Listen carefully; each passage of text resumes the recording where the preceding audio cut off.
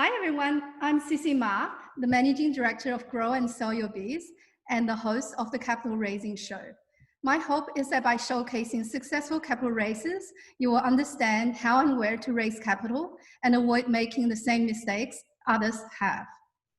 We are extremely lucky today to have on the show serial entrepreneur Lloyd Ernst, founder and CEO of Australian outsourcing provider Cloudstaff.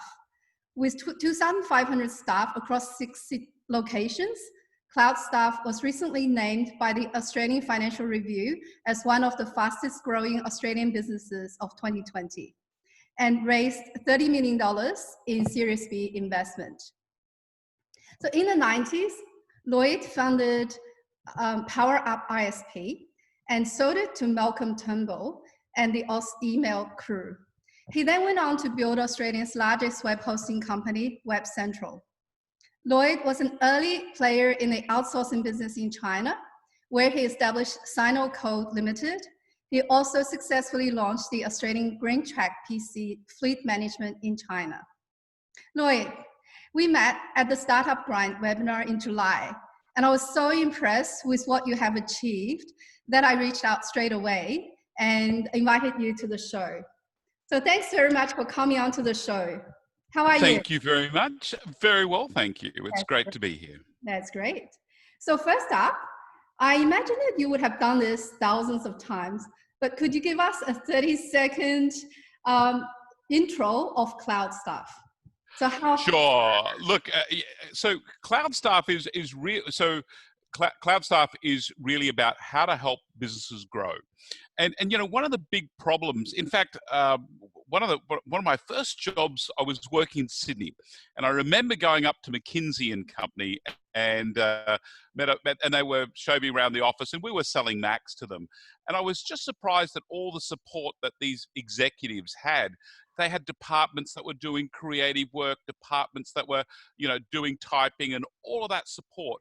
And it really made a real impression on me. And what the job of Cloudstaff is really to be that support function for businesses, to give them that new lever in the business that allows them to be able to sort of, you know, really focus on getting the job done, but at the same time having a whole range of support crew behind them, new levers to help drive that, if that makes any sense. Yes, it does certainly make sense. So how has COVID-19 impacted your business? COVID-19, we made the move on about March the 12th to move to a work from home model here in the Philippines, and of course Australia as well. But we'd already done a fair amount of preparation and planning on this, and through a bit of a combination of teamwork and good luck, we had about 94% of the staff working in about 48 hours from home-based environments. So for us, it's actually, you know, I wouldn't say, you know, there's certainly been a lot of challenges there, but because at the heart or the DNA of this business, it is about cloud-based work. Exactly, yeah.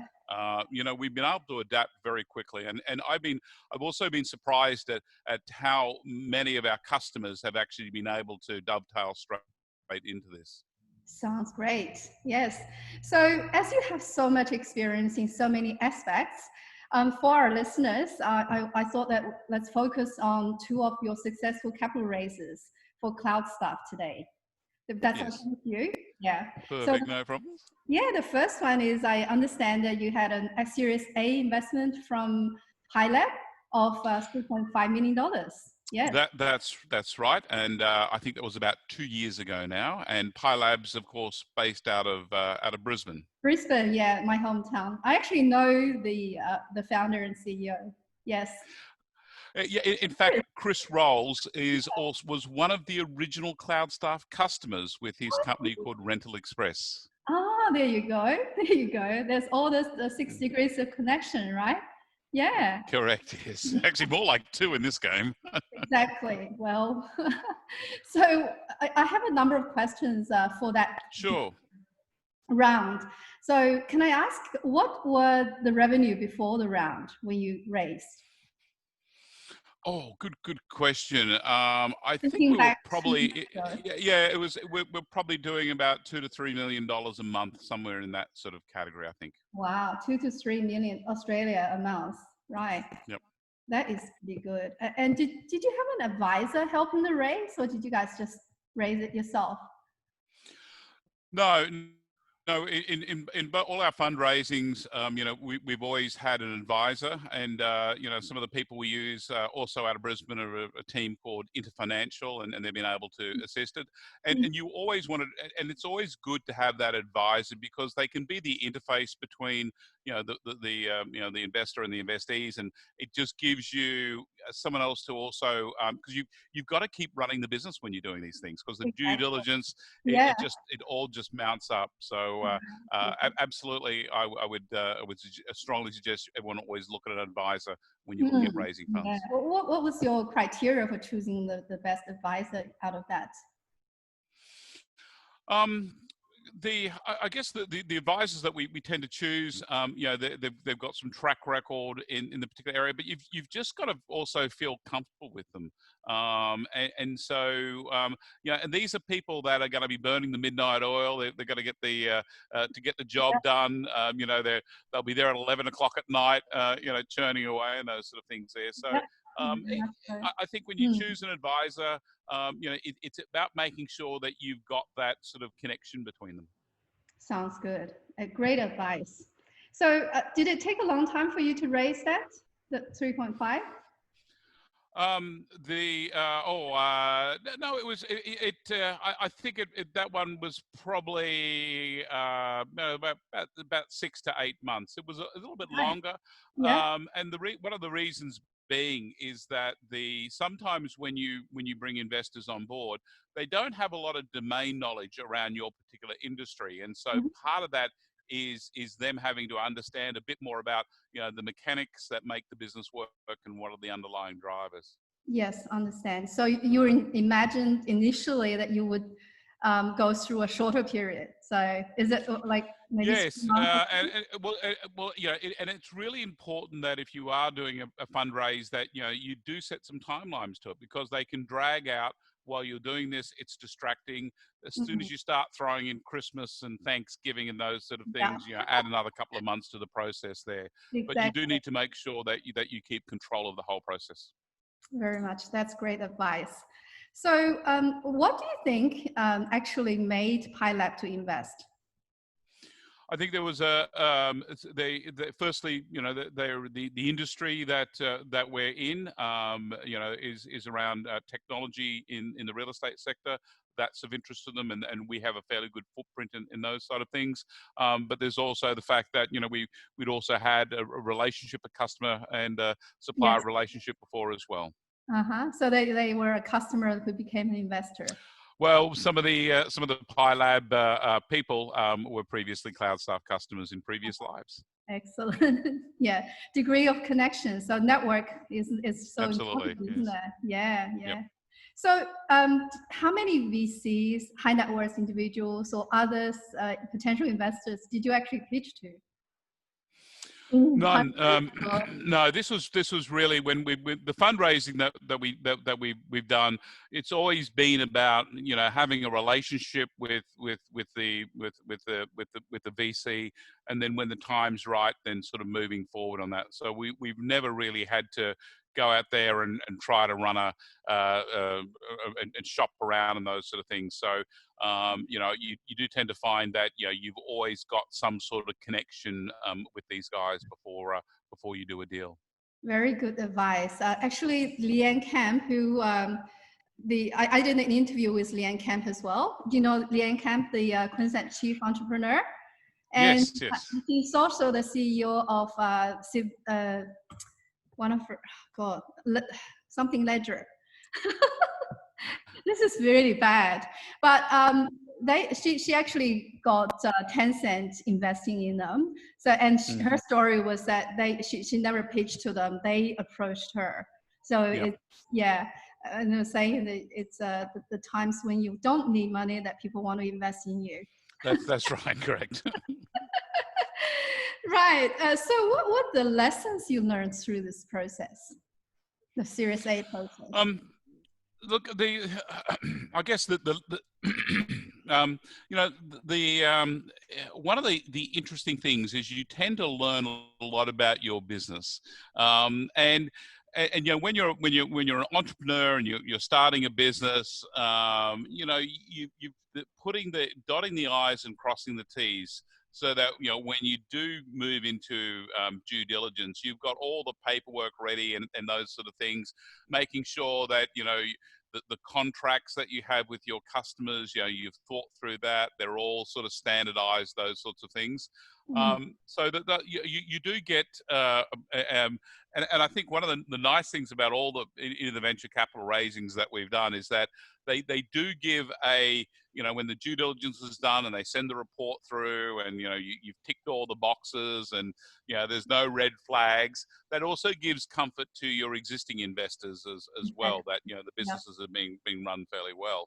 Yeah, and also, you know, some of the earlier learnings, you know, when we were with Web Central, although we were never a publicly listed company, we always kind of ran the business as a publicly listed company. So you start to develop some of those, you know, procedures inside your business. Right. Very good. Great advice. And so, do you have any other advice to businesses wishing to raise Series A capital? Look, one of the things that also happens, not so much with some of the boards that I've sat on, and you know, if the founder, if you've been making if your share register, if there's some doubt about that, you know, what's being promised to the employees and those sort of things, as soon as you start to go and do these fundraising rounds, you know, or as soon as you have a liquidity event or you're bringing more money in and those sort of things, yeah, that's the time when, you know, you think back and you went, oh man, I wish that, you know, we'd been a bit better with some of the paperwork that we've worked on and those sort of things. So, you know, if you're starting off a business, making sure that, you know, you have absolutely crystal clarity around options and shares for employees and those sorts of things. And, you know, there's sometimes you know, you can make promises and those sorts of things. So you do have to make sure that, you know, all that is done, you know, done in the most transparent way possible. Yeah. Because nothing brings out a stress in an organizational structure as soon as you start to find that you get these liquidity events coming through. And as said, you know, we've been very fortunate with Cloudstaff, and we've been able to sort of, you know, take a lot of the experience. But, you know, I have just seen these, you know, sometimes these nightmares emerge, and as I said, they always pop out at the wrong time. Yeah, that's right. Yeah, yeah. Very great advice. Yeah. So get your I guess documentation in place, get the house in order. And it's also the verbal promises that, you know, that you made to those staff that were early on and those sorts of things. And back in the early days, you know, when you promise someone 5% of the business, it doesn't sound like a lot, but then all of a sudden, you know, when you've got a $400 million business and those sort of things, these things, you know, do come back to play. So clarity around options, investing periods, and those sorts of things, they all just have to be very clearly documented and put in place. Yeah, very great advice. Thanks for that. So moving on to your Series B investment or Series B raise. So with Navegar, Yes. When did this happen? Was it just this year?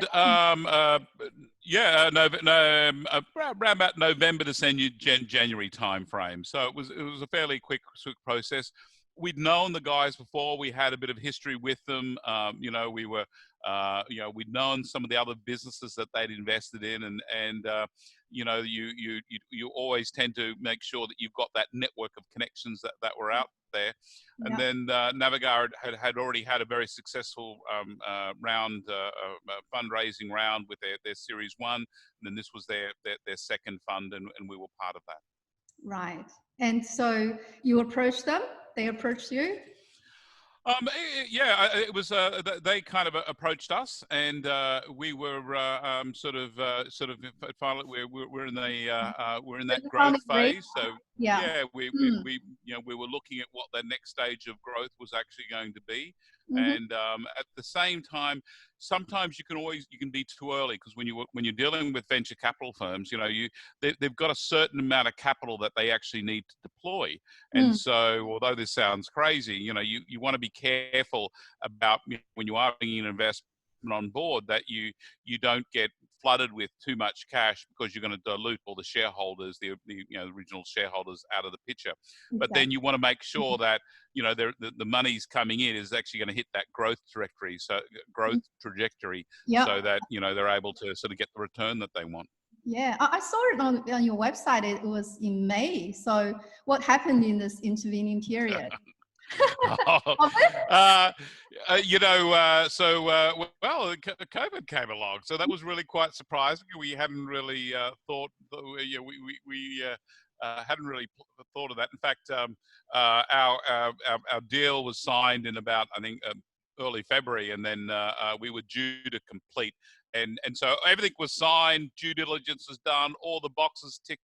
And so when you go through this process, the fund then needs to go through and do their capital call. That is, they go out to their investors to say, this is the investment, we like it, it's gone to the investment committee, and they then need to go through and bring the money in to be able to then put into the investment. So we'd done all that, the capital call was done, and we were due to complete, around about March 20, and on March 19th, of course, we had this collapse of the Australian dollar. So really bad timing, isn't it? Well, it was, this was the 59th minute of the 59th second of the 11th hour. But we'd done a lot of work with the venture capital firm before, and they were, they obviously had questions, as you do when these sort of amazing, these generational changes, I think they called them, in the market occur. But we'd done enough work there. They saw the staff working from home, and so we continued, and we completed on March the 20th. So, but I think it was also partly because working from home is very, it aligns with working from the cloud. So you can see those synergies there. So. If anything, it almost feels like this should actually help your business rather than hinder, isn't it? Well, the world got a global lesson in working remotely. And we've previously, been talking to prospects where, no, we can't, we can't use an offshore resources because the technology doesn't work it, or we've got to use this application, or we need this, and that sort of happened, or we're looking at this, but it's going to be 2 or 3 years away.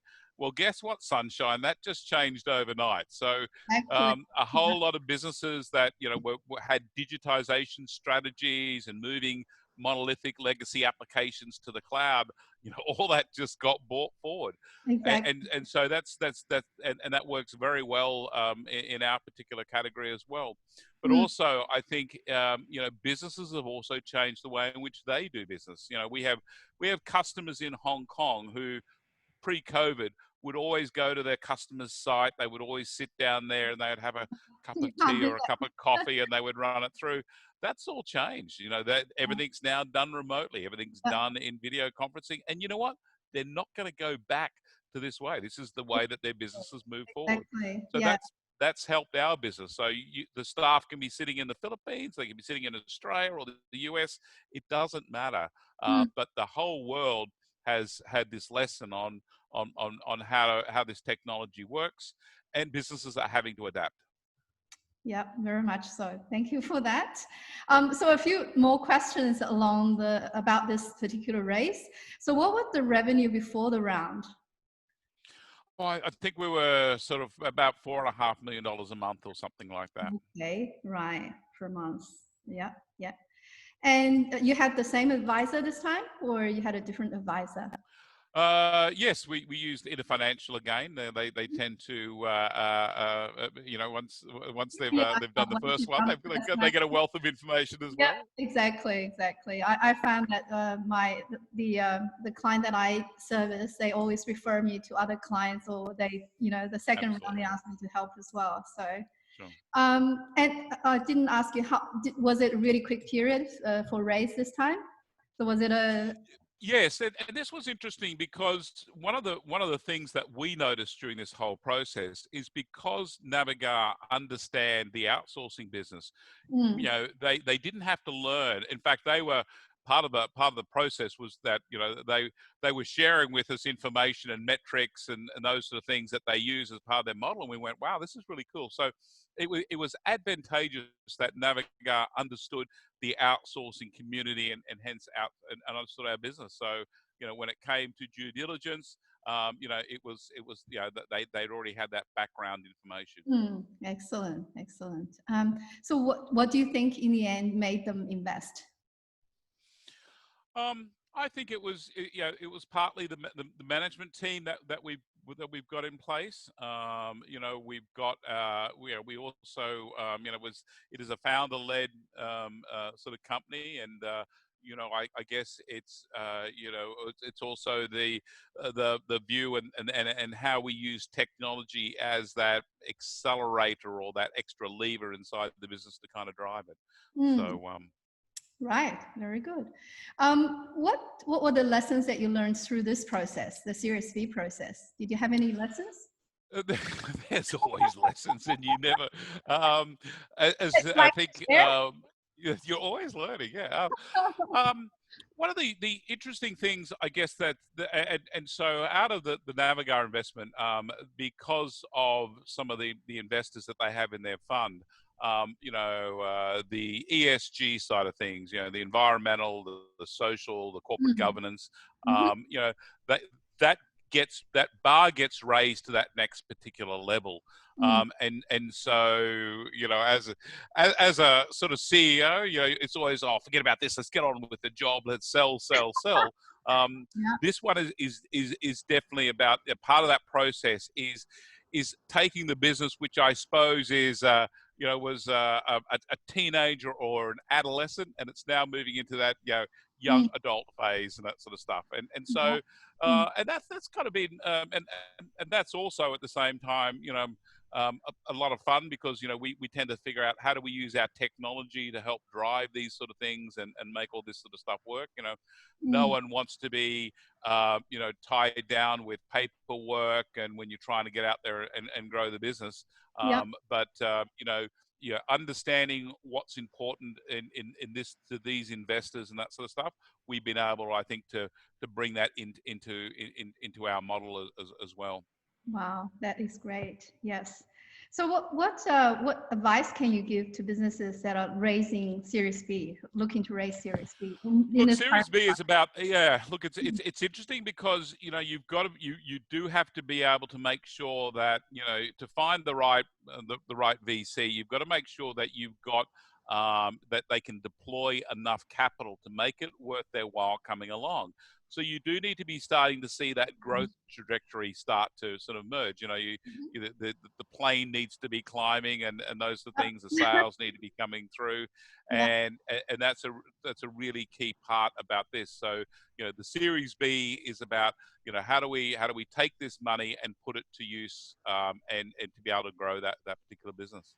Yeah. Did you have to demonstrate that with the Series A money that you raised, you've achieved what you were setting out to do? Yeah, absolutely. You know, they're always looking for, you know, what was, where you said you were going to achieve these sort of things. How did you go with that? How did these plans work, etc. And you've got to demonstrate the fact that you've been able to put that capital to good use. Mm, yeah. And did you have to tell them what's your Series C when you're going to do the Series C? Series C. Well, one of the nice things about bringing some of these investors on board is that, you know, once you've got that partner, again, it really is. It probably sounds quite strange, but, you know, if you needed to go and get another $100 million, money no longer becomes a problem. You know, and in fact, but the challenge becomes, you know, how do you, you know, ensure that you don't then dilute all the shareholders out and those sorts of things. Yeah. So you've got to make sure that when you bring the right when you do the Series B, this is a partner who's going to be able to help drive the growth. And so if all of a sudden you get these really ballistic sales growth takes off, etc. You do need next capital. There's additional funds they can bring in, but you've got to make sure that the valuation there is reflective of the fact that you've been able to achieve those sort of goals inside it. So, is there a Series C? Absolutely, but again, it's got to be based upon getting that growth there and using the money when it's needed. And IPO down the road. Potentially, yes, and again, I think you always want to keep your options open, and again, if you are starting off the business from an early side of things, you don't want to overdo all the sort of the paperwork and the compliance, but you've got to have that foundation in place that when time comes for doing the IPO, that you've started to develop some of those that corporate governance around that's going to be needed when you start to get to that particular level. Yeah, is that to say that you should always be ready for your next raise, right?